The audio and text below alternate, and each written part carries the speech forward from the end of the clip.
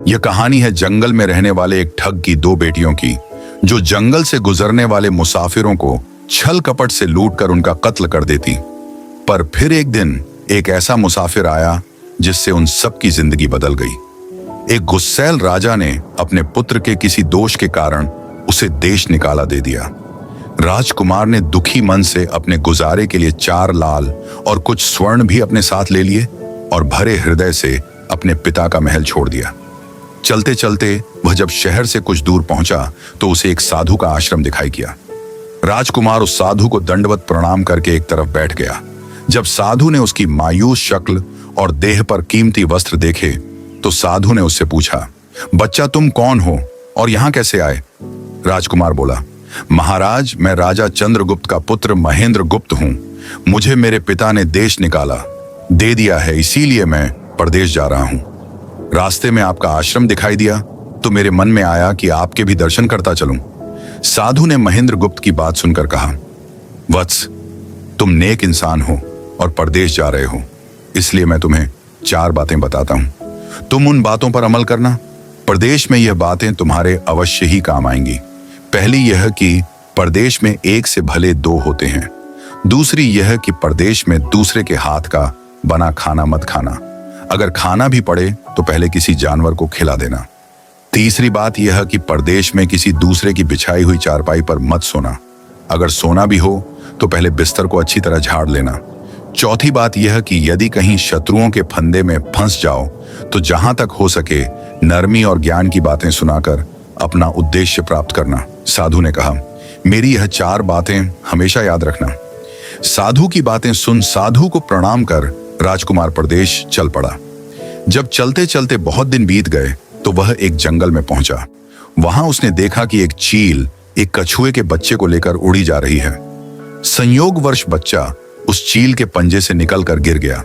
महेंद्र गुप्त ने कछुए के तड़पते हुए बच्चे को देखा तो उसे बड़ी दया आई। उसने मन में सोचा कि इस बच्चे को पालना चाहिए। इस बच्चे को पालने से 2 बातें होंगी। पहली तो यह कि इस बच्चे के प्राण बच जाएंगे और दूसरी यह कि साधु द्वारा कही गई पहली बात भी पूरी हो जाएगी कि सफर में एक से भले 2 होते हैं और इससे बातें करते हुए दिन भी आसानी से बीते। यह सब सोचकर महेंद्र गुप्त ने बच्चे को अपने साथ ले लिया। अब सफर में उसके साथ वह कछुए का बच्चा भी हो लिया। कुछ दिन के सफर के बाद राजकुमार को एक अच्छा सा स्थान दिखाई पड़ा। उस स्थान पर पहुंचकर उसने कुछ खाया पिया और फिर कछुए के बच्चे से बोला, तुम यहां बैठे रहना, मैं जरा थोड़ी देर सो लूं। यह कहकर महेंद्र गुप्त एक पेड़ के नीचे सो गया। उसी पेड़ के ऊपर एक सांप और एक कौवा रहते थे। उन दोनों का यह दस्तूर था कि जब कोई मुसाफिर उस पेड़ के नीचे ठहरता तो सांप उसे डस लेता और कौवा उसकी आंखें निकाल लेता। नाग ने जब सोते हुए मुसाफिर को देखा तो पेड़ के नीचे उतरा और राजकुमार को डस लिया। सांप के डस ही तुरंत राजकुमार के प्राण पखेरु उड़ गए।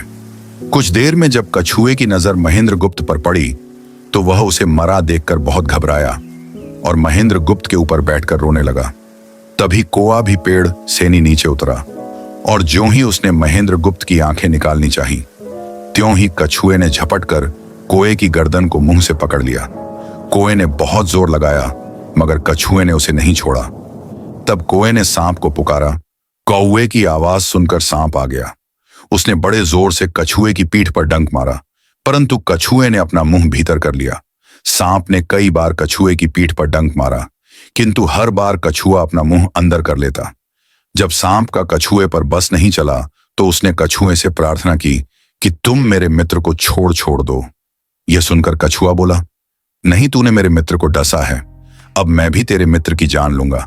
तू मेरे मित्र को छोड़ दे तो मैं तेरे मित्र को जीवित कर दूंगा। लिया और बोला, अब तो मेरे मित्र को छोड़ दें। कछुए ने जब राजकुमार को देखा कि उसे थोड़ा होश आ रहा है और उसका जहर उतर रहा है तो उसने कौवे को छोड़ दिया। जब महेंद्र गुप्त को होश आया तब कछुए ने उसे सांप के डसने का सारा हाल सुनाया। कछुए की बात सुनकर तुरंत महेंद्र गुप्त के मन में साध की बताई। पहली बात खटकी। सोचा साधु की एक बात तो काम आई कि एक से भले 2 होते हैं। मन ही मन उसने साधु को धन्यवाद दिया और आगे बढ़ चला। चलते चलते कुछ दिनों के बाद जब वे समुद्र के किनारे जा पहुंचे तब कछुए के बच्चे ने कहा, मित्र, मेरा देश आ गया है। यदि तुम कहो तो मैं अपने माता पिता से मिलाऊं। उनसे बिछड़े बहुत दिन हो गए हैं, वे बहुत दुखी होंगे। महेंद्र गुप्त ने उसे जाने की आज्ञा दे दी और स्वयं रात को वहीं समुद्र के किनारे उस जंगल में ठहर गया जिस जंगल में राजकुमार ठहरा हुआ था। उसी जंगल में वहां से कुछ दूर ही एक ठग का परिवार रहता था। ठग के 2 लड़कियां और 4 बेटे थे। उसकी बड़ी बेटी ज्योतिष विद्या जानती थी। जब भी कोई राहगीर, कोई यात्री उस जंगल से गुजरता और उसके पास कुछ कीमती होता तो ठग की बड़ी बेटी अपनी विद्या से जान लेती थी। आज फिर से उसे बहुत दिनों बाद बहुत से खजाने की महक आई। उसने अपने पिता से कहा, ऐसा प्रतीत होता है कि इस जंगल में एक पथिक आया हुआ है। उस पथिक के पास 4 लाल हैं। यदि तुम लोग उस पथिक को यहां ले आओ तो उससे लाल लेना मेरा काम है। यदि वे लाल हमको मिल जाएं तो हम जन्म भर के लिए निहाल हो जाएंगे, परंतु उस पथिक को मारना मत, उसे जीवित ही पकड़ लाओ। ठग अपने बेटों के साथ तुरंत उसकी तलाश में निकल पड़ा। वे थोड़ी ही दूर चले होंगे कि उन्होंने देखा एक आदमी एक पेड़ के नीचे सो रहा है। उसे देखकर उन्होंने सोचा कि यह वही पथिक हो सकता है जिसके पास लाल है। वे उसे पकड़कर ले गए और अपनी बड़ी बेटी के हवाले करके बोले, इससे लाल निकलवाना अब तेरा काम है। ठग की बड़ी बेटी ने पूरे आश्वासन के साथ कहा, तुम लोग चिंता मत करो, मैं इससे लाल निकलवा लूंगी। ठग की छोटी बेटी ने जब महेंद्र गुप्त को देखा तो वह दिलो जान से उस पर मोहित हो गई। पहली ही नजर में वह अपना दिल उस नौजवान राजकुमार को दे बैठी। भाइयों के डर से कुछ कह तो ना सकी, लेकिन मन ही मन उसको बचाने की युक्ति सोचने लगी।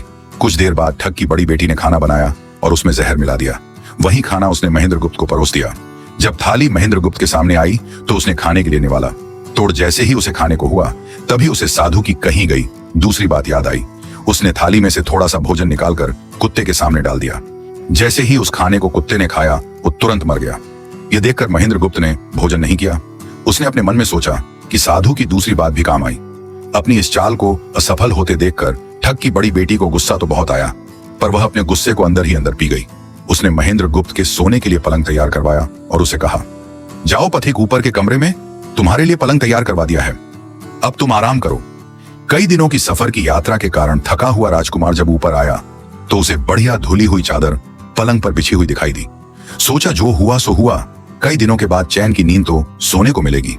वो जैसे ही पलंग पर बैठने को हुआ तो उसे साधु की तीसरी बात याद आई कि परदेश में हमेशा बिस्तर को झाड़ कर सोना। जैसे ही उसने बिस्तर को झाड़ा तो उसके होश उड़ गए। वो बिस्तर एक कच्चे सूत से तैयार किया गया था जिसके नीचे आग का कुआं था। महेंद्र गुप्त ने देखा कुएं के अंदर बड़े बड़े आग के अंगार धधक रहे हैं। सोचा साधु की तीसरी बात भी काम आई। उसने एक बार फिर मन ही मन साधु का धन्यवाद किया और पास पड़ी एक टूटी हुई चारपाई पर लेट गया। थोड़ी देर पहले जो राजकुमार चैन की नींद लेने की सोच रहा था, अब नींद उसकी आंखों से कोसों दूर थी। अब तो उसे अपनी जान के लाले पड़े थे। सोचने लगा आज की रात बचना बहुत कठिन है। तभी ठग की छोटी बेटी मौका पाकर आई और कहने लगी, हे प्रिय, मैं तुम पर दिलो जान से न्यौछावर हूं, परंतु आज की रात मेरे वश में कुछ नहीं है। आज की रात मेरी बड़ी बहन की बारी है। जिस तरह भी हो सके बस आज की रात मेरी बहन से अपने प्राण बचा लो। कल मेरी बारी है। हे स्वामी, मैं तुम्हारी दासी हूं, मैं तुम्हें साफ बचा लूंगी। इतना कहकर ठग की छोटी बेटी चली गई। जब सब लोग खाना खा चुके तो ठग की बड़ी बेटी ऊपर बने कमरे में चली। सोचा अब तक तो पथिक जलकर राख बन चुका होगा, पर जैसे ही वह कमरे के अंदर आई और देखा कि पथिक तो बिल्कुल सही सलामत टूटी हुई चारपाई पर लेटा हुआ है तो उसके क्रोध की कोई सीमा ना रही। तुरंत उसने कटार निकाली और क्रोध से बोली, हे पथिक, या तो अपने 4 लाल मुझे अभी के अभी दे दे, वरना मैं तुझको मार डालूंगी। उसी समय महेंद्र गुप्त को साधु की चौथी बात याद आई कि कहीं शत्रुओं के फंदे में अब फंस जाओ तो जहां तक हो सके नरमी और ज्ञान की बातें सुनाकर अपना उद्देश्य प्राप्त करना। उसने सोचा कि आज रात बचना मुश्किल है, पर साधु की चौथी बात भी आजमानी चाहिए। महेंद्र गुप्त ने यह सब सोचकर लड़की से कहा, मेरे पास लाल नहीं है। यदि तू मुझको मारेगी तो वैसे ही पछताएगी जैसे बंजारा अपने कुत्ते को मारकर पछताया था। लड़की गुस्से में बोली, कौन बंजारा और कौन सा कुत्ता, क्या बक रहे हो तुम? तब राजकुमार बोला, तुम नहीं जानती तो सुनो। लड़की एक बंजारा था जिसने एक कुत्ता पाल रखा था। वो कुत्ता बहुत समझदार था जिसे बंजारा अपनी औलाद से भी ज्यादा प्यार करता था। एक समय ऐसा आया कि एक कातक नाम की भयंकर बीमारी के चलते बंजारे का सारा परिवार उस बीमारी की भेंट चढ़ गया और बंजारे की करोड़ों की संपत्ति भी बिक गई। दुखी बंजारा अपने कुत्ते को लेकर आगरा में एक साहूकार के पास जाता है और साहूकार को 10,000 के बदले अपना कुत्ता गिरवी रखने को बोलता है। उस समय 10 लाख एक बहुत बड़ी रकम होती थी। पहले तो बनिए ने बंजारे को मना कर दिया, पर फिर कुछ सोचकर उसने बंजारे को 10 लाख दे दिए। कुछ ही समय बीता था कि एक रात सेठ के घर डाकू घुस गए। बंजारे का कुत्ता सब हरकत देख रहा था। सोचा भोकू तो परिवार के सब लोग उठ जाएंगे और ये डाकू उनका भी कत्ल कर देंगे। वो चुपचाप बस उनको देखता रहा। जब डाकू सेठ के घर चोरी किए हुए धन को लेकर चल पड़े तो कुत्ता चुपचाप उनके पीछे पीछे हो लिया। सेठ के पास इतना धन था कि डाकू उसे निकाल तो लाए, पर अब उनसे वो लेकर चला भी नहीं जा रहा था। दिन भी निकलने के करीब हो चला था। डाकुओं ने सोच विचार कर उस धन को एक तालाब के अंदर छिपा दिया। सोचा बाद में आराम से निकाल ले जाएंगे। कुत्ता डाकुओं की सब करामात देख चुपचाप वापस घर चला गया। सुबह हुई तो सेठ के घर कोहराम मच गया। पता चला कि चोर सारा धन निकाल ले गए। सेठ का रो रो कर बुरा हाल था। आसपास के लोग उसे दिलासा दे रहे थे। सेठ ने रोते रोते कहा, मैंने सुना था बंजारे का कुत्ता बहुत समझदार है, पर यह नमक हराम तो एक बार भौंका तक नहीं। तभी बंजारे का कुत्ता उस सेठ की धोती पकड़कर खींचने लगा। कुत्ते की हरकत देख पास खड़े एक समझदार व्यक्ति ने सेठ से कहा, सेठ जी, यह कुत्ता कुछ कहना चाहे, हमें इसकी सुननी चाहिए। और सभी लोग कुत्ते के पीछे पीछे हो लिए। सबको लेकर कुत्ता उसी तालाब के पास पहुंच गया जहां रात को डाकुओं ने सारा धन छिपाया था, और तालाब में घुसकर अशर्फियां से भरी थैली अपने मुंह में दबाकर बाहर आया। तुरंत सेठ के नौकर उस तालाब में कूद गए और चोरी किया हुआ सारा धन बरामद कर लिया। सब देख सेठ आंखों में अश्रु लिए कुत्ते से कहता है, मुझे माफ कर देना, मैंने तुम्हें बहुत बुरा भला कहा। सेठ ने वहीं कागज मंगवाया और बंजारे के नाम चिट्ठी लिखी। भाई बंजारे, तेरे कुत्ते ने मेरे 10,000 पूरे कर दिए। मैं तेरे कुत्ते को तेरे पास भेज रहा हूं। अगर तुझे और भी 10, 20, 500, 1000 की जरूरत हो तो मेरे पास आकर ले जाना। इतने समझदार कुत्ते को मेरे पास छोड़ने के लिए तहेदिल से तुम्हारा धन्यवाद बनिया। चिट्ठी कुत्ते के गले में टांग उसे नम आंखों से विदाई देता है। कुत्ता घूमता घूमता जब 4-5 दिन बाद बंजारे के पास पहुंचता है तो कुत्ते को आता देख बंजारे के तन बदन में आग लग जाती है। कहता है, मैं तुझे बनिए के पास गिरवी रखकर आया था और तू वहां से भाग आया। तूने मेरी बेइज्जती करवा दी। गुस्से में अंधा हुआ बंजारा तुरंत पिस्तौल निकाल कुत्ते को गोली मार देता है और सिर पकड़कर वहीं बैठ जाता है। कुछ देर बाद जब उसकी नजर कुत्ते के गले में टंगी हुई पर्ची पर पड़ी तब बंजारा वो पर्ची निकाल उसे पढ़ता है। पर्ची पढ़ते ही बंजारा फट पड़ता है। वो दहाड़े मार मार खून के आंसू रोता है। पर अब भला क्या हो सकता था। बंजारे की कहानी सुना। महेंद्र गुप्त ठग की बेटी से कहता है, एक और कहानी सुनो। लड़की एक राजा के पास एक बहुत समझदार पढ़ाया हुआ तोता था। वह बड़ा चतुर था। एक दिन राजा तोते को अपने साथ गंगा स्नान को ले गया और उसको घाट पर बैठाकर स्वयं स्नान करने लगा। तभी तोते की नजर अमर फल पर पड़ी जो पास ही नदी में बहता हुआ आगे बढ़ा जा रहा था। वह उसको नदी से बाहर निकाल लाया और राजा के आने पर उसको वह अमर फल देता हुआ बोला, महाराज, यह अमर फल है, इसे खा लीजिए। राजा ने कहा, मैं अकेला अमर फल खाकर क्या करूंगा? अपने बाग में लगा दूंगा। जब इसमें फल लगेंगे तब सब कुटुंब हों को खिलाकर अमर कर दूंगा। गंगा स्नान से लौटकर राजा ने वह फल माली को देकर कहा, इस फल को बाग में लगा दो। थोड़े ही दिनों में पेड़ फल फूल गया, उसमें फल लगने लगे। एक दिन एक फल पककर पेड़ से गिरा तो उसे सांप ने सूंघ लिया, जिससे वह जहरीला हो गया। अनजान माली वह अमर फल लेकर राजा के पास आया। राजा फल को देखकर बहुत खुश हुआ और कुछ सोचकर वो फल पहले कुत्ते को खाने को दिया, क्योंकि राजा बड़ा नीतिवादी और विचारवान था। वह जानता था कि बिना सोचे समझे किसी भी वस्तु को खाना ठीक नहीं होता। राजा ने जो ही वह फल कुत्ते को खिलाया, कुत्ता मर गया। यह देखकर राजा ने क्रोधित होकर अपने तोते से कहा, बेईमान तोते, तू हमें जहर देकर मारना चाहता था। यह कहकर राजा ने क्रोध में आकर तोते को मार डाला और माली से कहा, इस पेड़ के चारों ओर घेरा डाल दो जिससे कोई इसका फल न खा सके। एक दिन उसी शहर में एक सास बहू में भीषण लड़ाई हुई। बुढ़िया घर से निकलकर कहने लगी, आज मैं राजा के बाग में जाकर जहर वाला फल खा लूंगी। यह कहकर वह बाग में आई और जैसे ही उसने फल तोड़कर खाया तो वह 16 वर्ष की युवती बन गई। जब राजा को यह समाचार मिला तो उसे सारा माजरा समझते देर न लगी। राजा को बड़ा दुख हुआ। वह कहने लगा, वास्तव में यह अमर फल ही है। मैंने व्यर्थ ही इतने समझदार तोते को मार डाला। इतनी दास्तान। कहते कहते सवेरा हो गया। तब ठग की बेटी ने महेंद्र गुप्त से कहा, आज तो तूने मुझे बातों में लगाकर अपनी जान बचा ली, परंतु आज रात मेरी छोटी बहन की बारी है। वो तुझे हरगिज जीवित ना छोड़ेगी। जब ठग की छोटी बेटी को पता चला कि महेंद्र गुप्त जिंदा और बिल्कुल सही सलामत है तो उसकी खुशी का ठिकाना न रहा। अपनी बहन को दिखाने के लिए ऊपरी मन से बोली, तुम निश्चित रहो बहन, मैं आज इससे लाल लिए बगैर छोड़ने वाली नहीं हूं। दिन बीता और रात हुई। तब ठग की छोटी बेटी महेंद्र गुप्त के पास गई और बोली, भगवान का शुक्र है जो तुमने चालाकी से अपनी जान बचा ली। महेंद्र गुप्त बोला, तुम सब ऐसा क्यों करते हो? तब ठग की छोटी बेटी बोली, हमारी तो यही रीति है कि मेरे भाई और बाप मुसाफिरों को पकड़कर लाते हैं और हम बहनें अपनी चालाकी से उनसे माल हथ कर उन्हें मार डालती हैं। फिर वह बोली, पर तुम चिंता मत करो, अब मेरी बारी है और मैं तो दिलो जान से तुम्हारी दासी हूं। तुम्हें जैसा समझ पड़े वैसा ही करो।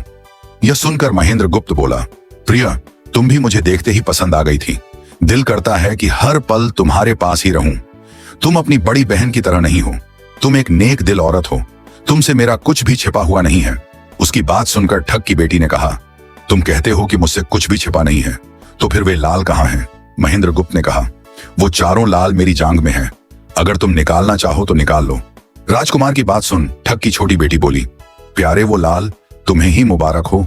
मैं तो तुम्हारी दासी हूं, तुम्हारे दर्शनों की प्यासी हूं। मुझे तुम्हारे सिवाय और कुछ नहीं चाहिए। यह सुन महेंद्र गुप्त बोला, जो कुछ तुमने कहा है वह तो सब ठीक है, लेकिन यह प्यार और प्रेम की बातें सब धरी रह जाएंगी। जब तुम्हारे बाप और भाइयों को इसका पता लगेगा तो हम दोनों की खैर नहीं। तब ठग की बेटी बोली, तुम चिंता मत करो, मेरे पास इसका भी उपाय है। आज रात को सबके सोने के बाद हम यहाँ से भाग चलेंगे और कहीं बहुत दूर रहेंगे, जहां कभी मेरे भाई और बाप पहुंच ना सके। महेंद्र गुप्त बोला, पर यह सब होगा कैसे? बोली, यहां से निकलने का एक ही उपाय है। मेरे पेट तो दिन भर में 60 कोस चलती है और दूसरी दिन भर में 100 कोस चलती है। तुम उनमें से बड़ी वाली को खोल लाना, तब तक मैं हम दोनों के लिए कुछ धन बांध कर रख लूंगी। जब आधी रात हुई तब महेंद्र गुप्त ऊंटनी को खोलने चला गया। महेंद्र गुप्त ऊंटनी ले तो आया, मगर जल्दबाजी के कारण वह बड़ी के स्थान पर छोटी को ले आया। ठग की बेटी बहुत सा माल लेकर ऊंटनी पर बैठ गई और दोनों चल दिए। ऊंटनी जब चलते चलते 60 कोस पहुंची तो जंगल में रुककर खड़ी हो गई। बीच जंगल में ऊंटनी को खड़ी देखकर महेंद्र गुप्त और ठग की बेटी के होश उड़ गए। ठग की बेटी बोली, अनर्थ हो गया, तुम रात के अंधेरे में बड़ी ऊंटनी की जगह छोटी को ले आए। मेरे पिता और भाई आते ही होंगे, वो हमें नहीं छोड़ेंगे। इधर जब सवेरा हुआ तो ठग ने देखा कि उसकी बेटी और मुसाफिर दोनों गायब हैं। उसने सोचा कि निसंदेह वह बदमाश मेरी बेटी को भगा ले गया है। तबेले में जाकर देखा तो पाया कि छोटी ऊंटनी गायब है और बड़ी वहीं है। सोचा ज्यादा दूर नहीं गए होंगे और ऊंटनी पर सवार होकर उसने उसे तेजी से दौड़ा दिया। थोड़ी ही देर में जंगल में उस स्थान पर जा पहुंचा जहां महेंद्र गुप्त और उसकी बेटी ठहरे थे। महेंद्र गुप्त ने जब उसको आते देखा तो बहुत घबराया और कहने लगा, देखो तो तुम्हारा पिता आ रहा है, अब उससे प्राण कैसे बचेंगे? लड़की ने कहा, घबराओ मत, और जो मैं कहती हूं उसे ध्यान से सुनो। जाओ, जाकर उस पेड़ पर चढ़ जाओ। जब मेरा बाप तुम्हें पकड़ने के लिए आएगा और पेड़ पर चढ़ेगा तो मैं चुपके से बड़े वाली ऊंटनी पर चढ़कर उसको तुम्हारी डाल के नीचे खड़ा कर दूंगी। तुम कूद कर उस पर बैठ जाना, इस प्रकार हम दोनों बचकर साफ निकल जाएंगे। यह सुनकर महेंद्र गुप्त तुरंत पेड़ पर चढ़ गया। तब तक ठग भी वहां आ पहुंचा। पिता को देख उसकी बेटी ने फंड करते हुए कहा, पिताजी, ये दुष्ट मुझे धोखे से यहां भगा लाया, आप इसे छोड़ना नहीं। यह सुन गुस्से से तिल मिलाया। ठग महेंद्र गुप्त को पेड़ पर चढ़ा देखकर ऊंटनी से उतरा और उसे पकड़ने के लिए पेड़ पर चढ़ने लगा। बाप की ऊंटनी से उतरते ही मौका देख ठग की बेटी ऊंटनी पर चढ़कर उसे महेंद्र गुप्त की डाल के नीचे पेड़ के पास ले आई। महेंद्र गुप्त तुरंत कूदकर उस पर बैठ गया। महेंद्र गुप्त के बैठते ही ठग की बेटी ने ऊंटनी को दौड़ा दिया। ठग हाथ देखता रह गया। ठग की बेटी और महेंद्र गुप्त कई दिनों का रास्ता तय कर एक शहर में पहुंचे और दोनों वहीं बस गए। वहां महेंद्र गुप्त ठग की बेटी के साथ आराम से दिन गुजारता रहा और जब उसके देश निकाले की अवधि पूरी हो गई तब वह उसको लेकर अपने राज्य चला गया और उसके साथ शादी कर हंसता खेलता जीवन व्यतीत किया। निष्कर्ष, महेंद्र गुप्त और ठग की बेटी की यह कथा हमें यह सिखाती है कि प्रेम और विश्वास का बंधन सबसे मजबूत होता है। जब बुद्धिमत्ता, धैर्य और निस्वार्थ प्रेम मिलते हैं तो असंभव को भी संभव बनाया जा सकता है। जीवन में चाहे कितनी भी कठिन परिस्थितियां क्यों ना आए, सही निर्णय, संयम और परस्पर विश्वास हमें हर संकट से बाहर निकाल सकते हैं।